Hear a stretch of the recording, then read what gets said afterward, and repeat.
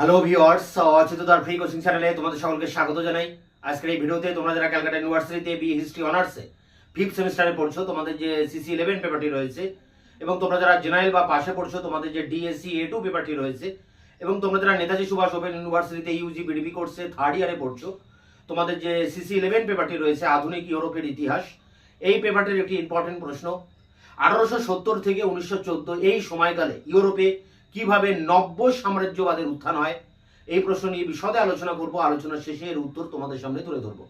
সে প্রসঙ্গে যাওয়ার আগে একবার বোর্ডে কি লেখা রয়েছে আমরা সেটা দেখে নেব। দেখো, বিএ হিস্ট্রি অনার্স এবং জেনারেল 5th সেম অনার্সের ক্ষেত্রে সিসি 11, পাশের ক্ষেত্রে DSC A2, Netaji Subhash open ইউনিভার্সিটির ক্ষেত্রে সিসি 11।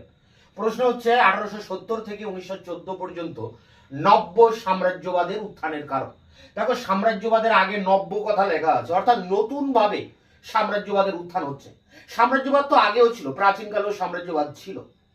সে আলেকজান্ডারের কথা বলা যায়, এছাড়া নেপোলিয়নের সাম্রাজ্যবাদের কথা বলা যায়। প্রাচীনকাল থেকেই আমরা সাম্রাজ্যবাদের হিসাব পাই বা সাম্রাজ্যবাদের উত্থান লক্ষ্য করি। কিন্তু সেই সাম্রাজ্যবাদ ছিল ভৌমিক সাম্রাজ্যবাদ, অর্থাৎ কোনো একটা অঞ্চলকে দখল করা, যেটা ছিল একটা ভূমিকে কেন্দ্র করে, একটা ভূমিখণ্ড দখল করাকে কেন্দ্র করে।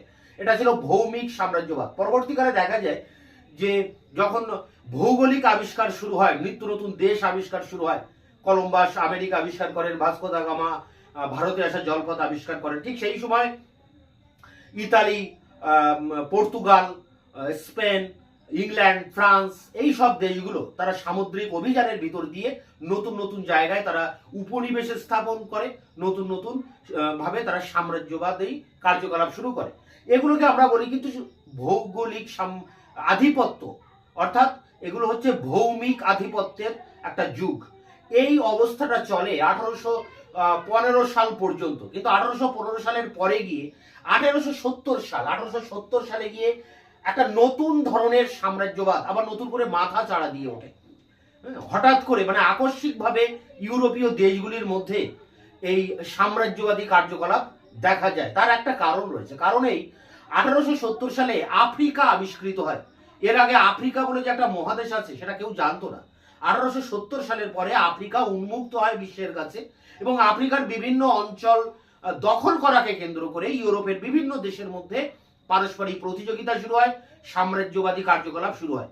মানে আফ্রিকাকে নিয়ে একটা কাড়াকাড়ি পড়ে যায়, কে আফ্রিকা আগে দখল করতে পারে, এর জন্য একটা প্রতিযোগিতা, আফ্রিকা নিয়ে একটা কাড়াকাড়ি শুরু হয়। এই জায়গা থেকেই কিন্তু শুরু হয় নতুন ধরনের এক সাম্রাজ্যবাদ। এটাকে বলা হচ্ছে নব্য সাম্রাজ্যবাদ বা নিউ ইম্পেরিয়ালিজম। এখন এই নব্য সাম্রাজ্যবাদের পিছনে অনেক কারণ রয়েছে। কারণের পিছনে যাওয়ার আগে আমরা এর উদ্দেশ্যটা দেখব, যে কেন এই নব্য সাম্রাজ্যবাদের সূচনা হলো। এর পিছনে অনেক কারণ, মানে অনেকগুলো উদ্দেশ্য রয়েছে। ডেভিড টমসন বলছেন যে কোনো একটা উদ্দেশ্যের জন্য কিন্তু এই সাম্রাজ্যবাদ দেখা দেয়নি, এর পিছনে অনেকগুলি উদ্দেশ্য ছিল বা লক্ষ্য ছিল। যেমন নতুন নতুন অঞ্চল জয় করে বিভিন্ন জাতি নিজেদের গৌরব, প্রতিপত্তি, আন্তর্জাতিক সম্মান এগুলো বৃদ্ধি করতে চেয়েছিল। উপনিবেশ দখল করে নিজেদের দেশে তৈরি কলকারখানার জন্য কাঁচামাল সেই জায়গা থেকে সংগ্রহ করতে চেয়েছিল। শিল্পে উৎপাদিত পণ্য সামগ্রী সেই অঞ্চলে বিক্রি করার জন্য বাজার তৈরি করতে চেয়েছিল। এছাড়া তারা ধর্ম প্রচারের উদ্দেশ্যেও সেখানে সাম্রাজ্যবাদী কার্যকলাপ শুরু করে। এছাড়া এই সময় ইউরোপে জনসংখ্যা হঠাৎ বেড়ে যায়। এই বাড়তি জনসংখ্যার জন্য কর্মসংস্থান, স্থান সংকুলনের জন্য কিন্তু এই সাম্রাজ্যবাদী কার্যকলাপ শুরু হয়। এছাড়া ভৌগোলিকভাবেও তারা সুবিধা আদায় করার জন্য, অর্থাৎ সামরিক ক্ষেত্রে বেশি সুবিধার জন্য, নিরাপত্তার তাগিদে অনেক দেশ কিন্তু সাম্রাজ্যবাদী কার্যকলাপ শুরু করে। এগুলো ছিল উদ্দেশ্য। এখন এই উদ্দেশ্য বলো আর কারণ বলো, যাই হোক, এগুলো কয়েকটা পয়েন্টের ভিতর দিয়ে আমরা আলোচনা করবো। দেখো, প্রথমে এখানে বলা হচ্ছে যে অর্থনৈতিক কারণ। অর্থনৈতিক কারণের ব্যাখ্যা দিয়েছেন, মানে অ্যাকচুয়ালি সাম্রাজ্যবাদের পিছনে প্রধান কারণ কিন্তু অর্থনীতি। কারণ অর্থনৈতিকভাবে একটা উপনিবেশকে শোষণ করার উদ্দেশ্যেই একটা দেশ আরেকটা দেশকে দখল করে। তাই এখানে একজন ব্রিটিশ উদারনীতিবিদ, অর্থনীতিবিদ রয়েছেন, উদারনীতি অর্থনীতিবিদ জে এ হবসন। 1902 সালে তিনি একটা গ্রন্থ লেখেন, ইম্পেরিয়ালিজম এ স্টাডি, অর্থাৎ সাম্রাজ্যবাদ একটি সমীক্ষা। এই গ্রন্থে তিনি বলেছেন যে এই উপনিবেশ দখল অর্থাৎ সাম্রাজ্যবাদের পিছনে কোনো মহৎ আদর্শ নেই। এর পিছনে মূল কারণ ছিল অর্থনীতি। শিল্প বিপ্লবের ফলে ইউরোপের দেশগুলির যারা শিল্পের মালিক তাদের হাতে প্রচুর পরিমাণে পুঁজির সঞ্চয় হয়। এই বাড়তি পুঁজি তারা বিভিন্ন উপনিবেশে বিনিয়োগ করে আরো বেশি মুনাফা লাভের জন্য তারা চেষ্টা করে, এবং এই উদ্দেশ্যে তারা তাদের দেশের সরকারকে চাপ তৈরি করে এবং তাদের দেশের সরকারকে উপনিবেশ দখলে বাধ্য করে। অর্থাৎ এখানে যে এ হবসনের মূল বক্তব্য এটাই যে বাড়তি পুঁজির চাপ, বাড়তি মূলধনের চাপই ছিল সাম্রাজ্যবাদের পিছনে প্রধান কারণ। আবার এই একই সুরে, অর্থাৎ এই অর্থনৈতিক ব্যাখ্যার একই সুরে কথা বলেছেন এক বিশিষ্ট মার্ক্সবাদী ঐতিহাসিক লেখক এবং কমিউনিস্ট নেতা ভ্লাদিমির ইলিচ লেনিন। রাশিয়ার লেনিন তিনি একটা গ্রন্থ লিখেছিলেন যে সাম্রাজ্যবাদ পুঁজিবাদের সর্বোচ্চ স্তর। 1916 সালে তিনি এই গ্রন্থটা লেখেন, imperialism the highest stage of capitalism. সাম্রাজ্যবাদ হচ্ছে পুঁজিবাদের সর্বোচ্চ স্তর। পুঁজিবাদের জঠর থেকেই, পুঁজিবাদের গর্ভ থেকেই তৈরি হয়েছে সাম্রাজ্যবাদ। বিভিন্ন রাষ্ট্রে যারা পুঁজিপতি তারা তাদের সেই পুঁজিকে শিল্পে বিনিয়োগ করার পাশাপাশি সেখান থেকে তারা মুনাফা অর্জন করছে। সেই মুনাফাকে আরো বেশি মুনাফায় পরিণত করার জন্য তারা সাম্রাজ্যবাদী কার্যকলাপ শুরু করে।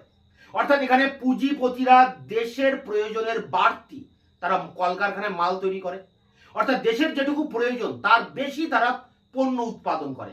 এই পণ্য বিক্রি করার বাজারের জন্য বা বাজার তৈরি করার জন্য তারা এই সাম্রাজ্যবাদী কার্যকলাপ শুরু করে বা নিজের দেশের সরকারকে প্রভাবিত করে উপনিবেশ দখলের জন্য।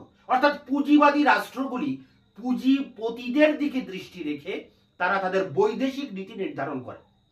তো এই কথা বলেছেন লেনিন। লেনিনের বক্তব্যের মূল কথা যে পুঁজিবাদের জঠর থেকেই সাম্রাজ্যবাদের উৎপত্তি। তাই তিনি বলেছেন যে সাম্রাজ্যবাদ হলো পুঁজিবাদের সর্বোচ্চ স্তর। পুঁজিবাদী রাষ্ট্রের সর্বোচ্চ পর্যায়ে গিয়ে দেখা দেয় সাম্রাজ্যবাদ। তো এগুলো ছিল অর্থনৈতিক ব্যাখ্যা। কিছু রাজনৈতিক ব্যাখ্যাও রয়েছে। এবার আমরা দেখবো যেটা, সেটি হচ্ছে রাজনৈতিক কারণ। দেখো, রাজনৈতিক কারণ বলতে এই সময়টা মানে অর্থাৎ এই 1870 থেকে 1914 প্রথম বিশ্বযুদ্ধ শুরু হয়। অ্যাকচুয়ালি আফ্রিকাকে নিয়ে কাড়াকাড়ি এমন পর্যায়ে শুরু হয় যে একটা দেশের সাথে আরেকটা দেশের মধ্যে শত্রুতা দেখা দেয়, পারস্পরিক সন্দেহ, বিদ্বেষ, হ্যাঁ, একটা যুদ্ধ পরিস্থিতি ইউরোপে তৈরি হয়, যার পরিণতি ছিল কিন্তু 1914 সালে প্রথম বিশ্বযুদ্ধ। তো এই সময়টা 1870 থেকে 1914 এই সময়টা ইউরোপে ছিল উগ্র সাম্রাজ্যবাদের যুগ, বা বলা যায় উগ্র জাতীয়তাবাদের যুগ। প্রতিটি জাতি নিজের জাতিকে শ্রেষ্ঠ প্রমাণ করার জন্য তারা এইসব সাম্রাজ্যবাদী কার্যকলাপ শুরু করে এবং অন্য জাতিকে তারা পদানত করার চেষ্টা করে। প্রতিটা জাতি চাইছিল নিজেদের জাতির গৌরব বৃদ্ধি পাক, নিজের জাতির শক্তি বৃদ্ধি পাক। সেটা কিভাবে সম্ভব? অন্য জাতিকে পদানত করার ভিতর দিয়ে একটা জাতি তখন মাথা চাড়া দিয়ে উঠবে। তো এইভাবে এই সময় যে উগ্র জাতীয়তাবাদ, যার আরেক নাম অতৃপ্ত জাতীয়তাবাদ, এই সময় দেখা দেয়। এই জাতীয়তাবাদী তাড়নায় বিভিন্ন রাষ্ট্র নিজের সম্মান, আন্তর্জাতিক সম্মান, প্রভাব, প্রতিপত্তি এগুলোকে বাড়ানোর জন্য তারা বিভিন্ন জায়গায় উপনিবেশ তৈরি করে। বিশেষ করে আফ্রিকা, ইউরোপের যেসব অনুন্নত অঞ্চল রয়েছে সেই সব জায়গায় তারা উপনিবেশ তৈরি করতে থাকে। তাই এখানে বলা রাজনৈতিক কারণে উগ্র সাম্রাজ্যবাদের একটা বড় ফ্যাক্টর রয়েছে। এই সময় দেখা যায় যে ইতালি, জার্মানি, রাশিয়া তারা কিন্তু এই সাম্রাজ্যবাদী কার্যকলাপ শুরু করেছিল। এছাড়া এই সময় ইউরোপের জনসংখ্যা প্রচুর পরিমাণে বেড়ে যায়। এই বাড়তি জনসংখ্যার জন্য একটা কর্মসংস্থানের প্রয়োজন ছিল, তাদের বাসস্থানের সমস্যা ছিল। এই বাসস্থান অর্থাৎ তাদের জন্য স্থান সংকুলনের জন্য, তাদের জীবিকার জন্য নতুন নতুন ভূখণ্ড দখল করার প্রয়োজন অনুভব করে এই সব ইউরোপীয় রাষ্ট্রগুলি, এবং এই নতুন জায়গা দখলের ভিতর দিয়ে তারা ভেবেছিল যে এই বাড়তি জনসংখ্যার যে সমস্যা, সেই সমস্যার সমাধান হবে। তাই এই জনসংখ্যা বৃদ্ধি কিন্তু একটা প্রধান কারণ হয়ে দাঁড়িয়েছিল। এবার আসি সামরিক কারণ। বিভিন্ন রাষ্ট্র এই সময়টার ভিতরে মানে এই উগ্র সাম্রাজ্যবাদের যুগে তাদের মধ্যে পারস্পরিক সন্দেহ বিদ্বেষ দেখা দেয়। ইউরোপে একটা যুদ্ধ পরিস্থিতি তৈরি হয়। ফলে প্রতিটা রাষ্ট্র নিজের নিরাপত্তার কথা চিন্তা করতে থাকে এবং সেই নিরাপত্তার তাগিদে তারা বিভিন্ন জায়গা দখল করতে থাকে। গুরুত্বপূর্ণ সামরিক নৌঘাঁটি, সামরিক কেন্দ্র তারা দখল করে। এই সামরিক ঘাঁটি বা কেন্দ্রগুলো আবার বাণিজ্য কেন্দ্র হিসেবেও পরিচিত হয়। অর্থাৎ নিজের দেশের নিরাপত্তার জন্য এই সব রাষ্ট্রগুলি গুরুত্বপূর্ণ স্থান দখল করতে থাকে। যেমন ইংল্যান্ডের কথা বলা যায়, ইংল্যান্ড তার নিরাপত্তার জন্য সাইপ্রাস দখল করে, কেপ কলোনি দখল করে। ইতালি নিজের মর্যাদা বৃদ্ধির জন্য লিবিয়া দখল করে। তাই এখানে ডেভিড টমসন বলেছেন যে কোনো একটা কারণের জন্য নয়, সাম্রাজ্যবাদের পিছনে একাধিক কারণ রয়েছে। মূলত যুদ্ধের ভীতি, যে একটা যুদ্ধ আগামীতে আসছে। 1914 সালে যে প্রথম বিশ্বযুদ্ধ শুরু হয় তার আবহাওয়া কিন্তু অনেক আগে থেকে তৈরি হয়েছে। সবাই বুঝতে পারছিল যে ভবিষ্যতে একটা যুদ্ধ সামনে আসছে। তাই এই যুদ্ধের ভীতি থেকেই সাম্রাজ্যবাদের উৎপত্তি হয়, এমনটাই দাবি করছেন ডেভিড টমসন। তা যাই হোক, এটা ছিল সামরিক কারণ। এছাড়া আমরা দেখতে পাই যে কিছু রয়েছে ধর্মীয় কারণ। ধর্মীয় কারণটা কি না, ধর্মপ্রচার। ধর্মপ্রচারের উদ্দেশ্যে ইউরোপের বিভিন্ন দেশে পাড়ি দেয়। খ্রিস্ট ধর্মের যারা প্রচারক, সেই খ্রিস্টান মিশনারিরা তারা কিন্তু বিভিন্ন দেশে পাড়ি দিয়েছিল। বিশেষ করে তারা আফ্রিকাতে আসে। আফ্রিকায় এসে তারা ধর্ম প্রচার করে। অবশ্য ধর্ম প্রচার করেছিল মানবিক উদ্দেশ্যে, আফ্রিকার নিপীড়িত দরিদ্র মানুষদেরকে সেবা করার উদ্দেশ্য নিয়ে এইসব খ্রিস্টান মিশনারিরা সেখানে আসে। লন্ডন চার্চ সোসাইটির পক্ষ থেকেও অনেক মিশনারিরা আফ্রিকাতে আসে।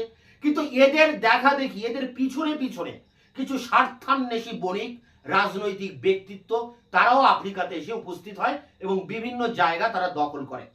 তা এই যে বিভিন্ন খ্রিস্ট ধর্ম প্রচারক তারাও কিন্তু সাম্রাজ্যবাদের পিছনে একটা রোল বা একটা ভূমিকা তারা নিয়েছিল। যেমন এক্ষেত্রে স্কট মিশনারি লিভিং স্টোনের কথা বলা যায়। তিনি লন্ডন মিশনারি সোসাইটির একজন সদস্য ছিলেন। তিনি আফ্রিকায় আসেন এবং ধর্ম প্রচার করেন, আর্ত দূর্ত মানুষদেরকে তিনি সেবা করেন। তার পিছনে পিছনে ইউরোপের থেকে অনেক ব্যক্তি, স্বার্থান্বেষী ব্যক্তি, তারা কিন্তু আফ্রিকায় প্রবেশ করেছিল। তবে ইংল্যান্ডের তুলনায় এখানে ফরাসি মিশনারিরাই কিন্তু বেশি এগিয়ে ছিল। যেমন স্টানলির কথা বলা যায়, কার্ডিনাল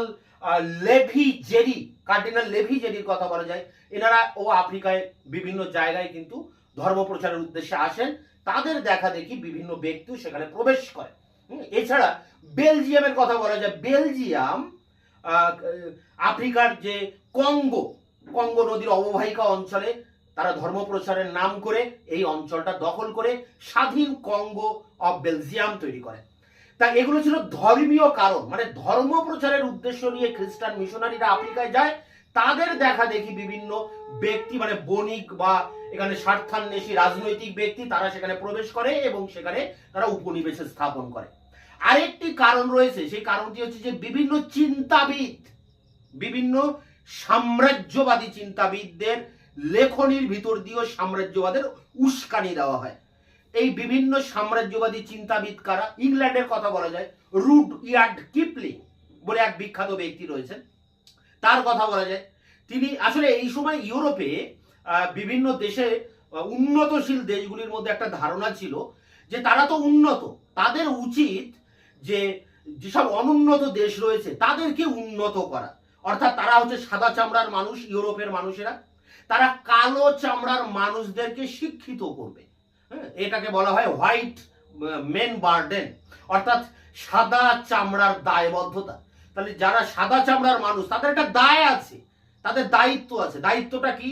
অনুন্নত দেশগুলিকে উন্নত করা। তো এই ধরনের লেখা বা এই ধরনের মতবাদ ইউরোপে ছড়িয়ে পড়ে এবং কিছু সাম্রাজ্যবাদী লেখক, যেমন ইংল্যান্ডের রুডইয়ার্ড কিপলিং, তিনি এই ধরনের বক্তব্য লেখেন এবং ইংল্যান্ডের মানে যারা শাসনকর্তা তাদের দৃষ্টি আকর্ষণ করেন যে অনুন্নত দেশগুলিকে শিক্ষা দেওয়া, তাদেরকে উন্নত করার দায়িত্ব ইংল্যান্ডের রয়েছে। তাই ইংল্যান্ড কিন্তু সারা বিশ্ব জুড়েই তারা এই সাম্রাজ্যবাদী কার্যকলাপ শুরু করে। এর পিছনে এই রুডইয়ার্ড কিপলিং এর কিন্তু একটা বড় ভূমিকা রয়েছে। এছাড়া ফরাসি একজন লেখক রয়েছেন জুলি ফেরি। এই জুলি ফেরিও ফ্রান্সে এই একই ধরনের বক্তব্য লেখেন যে সাদা চামড়ার মানুষদের দায় রয়েছে অনুন্নত কালো চামড়ার মানুষকে শিক্ষিত করা। তো এইভাবে দেখা যায় যে এরকম বিভিন্ন সাম্রাজ্যবাদী চিন্তাবিদের লেখনীর ভিতর দিয়ে একটা সাম্রাজ্যবাদী মানসিকতা নতুন ভাবে গড়ে ওঠে ইউরোপে। এই জন্য এটাকে বলা হচ্ছে নব্য সাম্রাজ্যবাদ। সাম্রাজ্যবাদ আগেও ছিল, সেটা ছিল ভৌমিক সাম্রাজ্যবাদ, কিন্তু এখন যে সাম্রাজ্যবাদটা আসছে তার মূল চরিত্র ছিল অর্থনীতি, অর্থাৎ অর্থনৈতিকভাবে কোনো জায়গায় বা কোনো দেশকে শোষণ করা। এবং এখানে মূল কাণ্ডারি যারা ছিল সেই পুঁজিপতি বুর্জুয়া শ্রেণী, তারা তাদের শিল্পের জন্য কাঁচামাল সংগ্রহ, বাজারের জন্য বা তাদের যে পুঁজি সেই পুঁজিকে বিনিয়োগ করার জন্য নতুন নতুন উপনিবেশ তৈরি করতে বা দখল করতে তার দেশের সরকারকে তারা চাপ সৃষ্টি করে।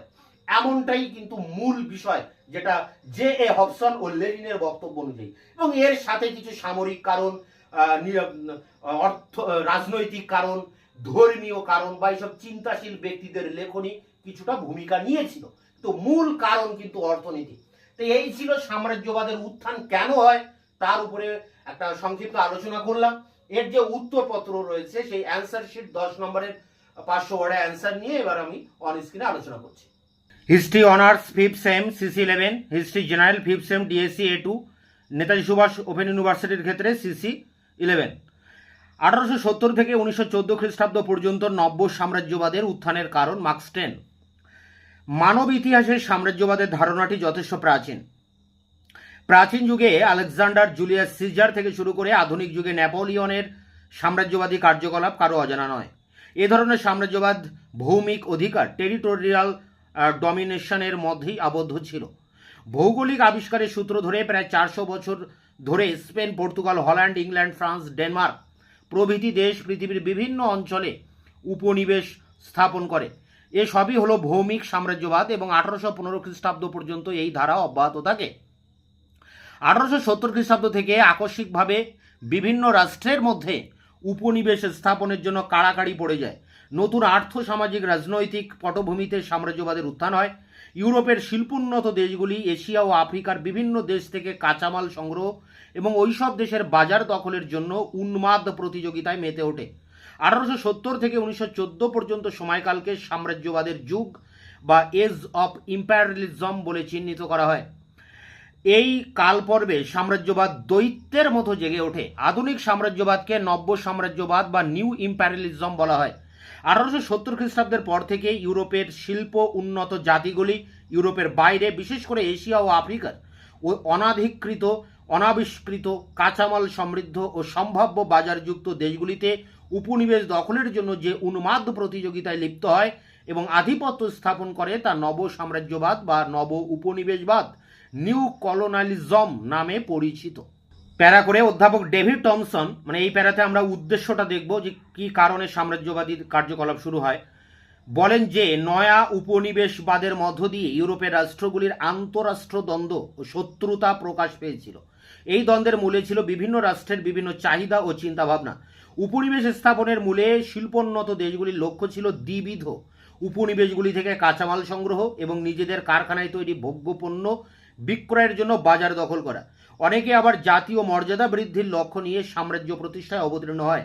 এছাড়া জনবল বৃদ্ধি, উদ্বৃত্ত জনসংখ্যার স্থান সংকুলন, ধর্মপ্রচার প্রভৃতি বিভিন্ন উদ্দেশ্য নিয়ে বিভিন্ন জাতি ও রাষ্ট্র সাম্রাজ্য প্রতিষ্ঠায় নামে। অধ্যাপক জেমস জোল বলেন যে সাম্রাজ্যবাদী সম্প্রসারণের জন্য নানা কারণকে দায়ী করা যায়, কোনো একটি নির্দিষ্ট কারণ দিয়ে এর ব্যাখ্যা করা যায় না।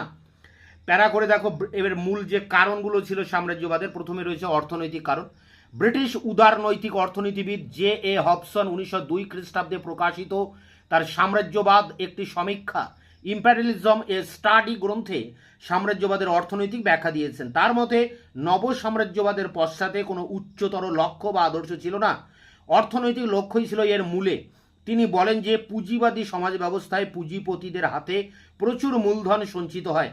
পুঁজিপতিরা এই মূলধন উপনিবেশে বিনিয়োগ করে আরও মুনাফা অর্জনের জন্য নিজ নিজ দেশের সরকারকে উপনিবেশ দখলে বাধ্য করে। সুতরাং বাড়তি মূলধনের চাপই হলো সাম্রাজ্যবাদ বা উপনিবেশ দখলের মূল কারণ। বিশিষ্ট রুশ কমিউনিস্ট নেতা লেনিন 1916 খ্রিস্টাব্দে প্রকাশিত তার সাম্রাজ্যবাদ পুঁজিবাদের সর্বোচ্চ স্তর, imperialism the highest stage of capitalism পুস্তিকায় সাম্রাজ্যবাদের অর্থনৈতিক ব্যাখ্যাকে আরো বিশদভাবে তুলে ধরেছেন। তার মতে পুঁজিবাদের জঠরেই সাম্রাজ্যবাদের জন্ম। পুঁজিবাদী শ্রেণীর স্বার্থেই পুঁজিবাদী রাষ্ট্রের বৈদেশিক নীতি পরিচালিত হয়। অধিক মুনাফা লাভের আশায় শিল্প মালিকরা দেশের প্রয়োজনের বেশি বাড়তি মাল উৎপাদন করে। এই বাড়তি মালের বিক্রি এবং সস্তায় কাঁচামাল সংগ্রহের আশায় পুঁজিবাদী রাষ্ট্র উপনিবেশ দখলের চেষ্টা করে। এই প্যারাতে অর্থনৈতিক কারণ, যেখানে লেনিন আর হবসনের বক্তব্য রাখা হলো। পরের প্যারায় দেখো রাজনৈতিক কারণ বলা হচ্ছে। কেবলমাত্র অর্থনৈতিক নয়, এর সঙ্গে যুক্ত হয়েছিল রাজনৈতিক কারণ। এই যুগটি ছিল উগ্র সাম্রাজ্যবাদের যুগ। প্রত্যেক জাতি নিজের শ্রেষ্ঠত্ব প্রতিষ্ঠায় তৎপর ছিল। প্রতিটি দেশের মধ্যেই ছিল সন্দেহ ও পারস্পরিক বিদ্বেষ। এইভাবে ইউরোপে এক যুদ্ধের বাতাবরণ তৈরি হয়। ইতালি, জার্মানি এবং অন্যান্য সকল রাষ্ট্রই উপনিবেশ স্থাপনের মাধ্যমেই নিজ নিজ আন্তর্জাতিক সম্মান, ক্ষমতা ও প্রতিপত্তি প্রতিষ্ঠায় সচেষ্ট হয়। ইতালি ও রাশিয়া শুধুমাত্র রাজনৈতিক গৌরব লাভের উদ্দেশ্যেই উপনিবেশ প্রতিষ্ঠায় অগ্রসর হয়। এই সময় ইউরোপের প্রত্যেকটি দেশের জনসংখ্যা প্রবলভাবে বৃদ্ধি পায়। বর্ধিত জনসংখ্যার জন্য বাসস্থান ও কর্মসংস্থানের ব্যবস্থা করা এক জটিল সমস্যার সৃষ্টি করে। স্বাভাবিকভাবেই বিভিন্ন রাষ্ট্র এশিয়া ও আফ্রিকায় উপনিবেশ দখল করে এই সমস্যার সমাধানে সচেষ্ট হয়। প্যারা করে দেখো, পারস্পরিক সন্দেহ ও অবিশ্বাসের কারণে ইউরোপীয় জাতিগুলি নিজ নিজ শক্তি বৃদ্ধিতে তৎপর হয়। তারা উপলব্ধি করে যে শক্তি ও সম্পদই হলো মর্যাদা ও প্রতিপত্তির প্রতীক। নিজের নিরাপত্তাকে সুনিশ্চিত করতে বিভিন্ন ইউরোপীয় শক্তি পৃথিবীর বিভিন্ন গুরুত্বপূর্ণ স্থানগুলিতে সামরিক ও নৌঘাটি স্থাপন করতে থাকে। এই স্থানগুলি আবার বাণিজ্য কেন্দ্র ও বিনিয়োগ ক্ষেত্র হিসাবেও কাজ করত। নিরাপত্তার উদ্দেশ্য থেকেই ইংল্যান্ড সাইপ্রাস ও কেপ কলোনির মতো নৌঘাটি দখল করে। অতিরিক্ত মনুষ্য শক্তির কামনায় ফরাসিরা আফ্রিকায় অভিযানে নামে। জাতীয় মর্যাদা বৃদ্ধির আকাঙ্ক্ষায় ইতালি লিবিয়া দখল করে। অধ্যাপক টমসন বলেন যে যুদ্ধের ভীতি থেকেই সাম্রাজ্যবাদের উদ্ভব হয়। প্যারা করে এটি শেষ প্যারা ধর্ম প্রচারের উপরে আছে। সাম্রাজ্যবাদের বিস্তারে খ্রিস্টান মিশনারি বা ধর্মপ্রচারকদের ভূমিকা ছিল গুরুত্বপূর্ণ। ধর্মপ্রচার, খ্রিস্ট ধর্মপ্রচার, মানব কল্যাণ এবং নিপীড়িতের মঙ্গল সাধনের উদ্দেশ্য নিয়ে খ্রিস্ট ধর্মপ্রচারকরা এশিয়া ও আফ্রিকার অনুন্নত দেশগুলিতে প্রবেশ করে। বিখ্যাত Scott missionary doctor David Livingstone London missionary সোসাইটির একজন সমাজসেবী চিকিৎসক হিসেবে আফ্রিকায় প্রবেশ করেন। ধর্মপ্রচারের ব্যাপারে ইংরেজ মিশনারি অপেক্ষা ফরাসি মিশনারিরা গুরুত্বপূর্ণ ভূমিকা পালন করেন। এ প্রসঙ্গে ফরাসি মিশনারি স্টানলি ও কার্ডিনাল লেভিজেরির নাম উল্লেখযোগ্য। বেলজিয়ামের ধর্মপ্রচারকরা কঙ্গো অঞ্চলে যথেষ্ট সক্রিয় ছিলেন। এই ধর্মপ্রচারকদের অনুসরণ করে স্বার্থান্বেষী বণিক ও রাজনৈতিক ব্যক্তিরা এশিয়া ও আফ্রিকার বিভিন্ন অঞ্চলে প্রবেশ করে সাম্রাজ্য প্রতিষ্ঠায় অগ্রসর হয়। ইউরোপের কিছু সাম্রাজ্যবাদী চিন্তাবিদ মনে করতেন যে সাদা চামড়ার মানুষ হিসেবে অনুন্নত মানুষদের প্রতি তাদের কিছু দায়বদ্ধতা আছে, যা সাদা চামড়ার দায়বদ্ধতা, হোয়াইট মেন বার্ডেন নামে পরিচিত। প্রখ্যাত ইংরেজ লেখক রুডইয়ার্ড কিপলিং তার দেশবাসীকে অনুন্নত জাতিগুলির উন্নতির দায়িত্ব নেওয়ার আহ্বান জানান। বিখ্যাত ফরাসি লেখক জুলি ফেরি বলেন যে উন্নত জাতিগুলির দায়িত্ব হলো অনুন্নত জাতিগুলিকে সভ্য করে তোলা। তো এই ছিল নব্য সাম্রাজ্যবাদ বা সাম্রাজ্যবাদী কার্যকলাপের উত্থানের যে মূল কারণ কি, তার উপরে 10 নম্বরের কোশ্চেন অ্যান্সার।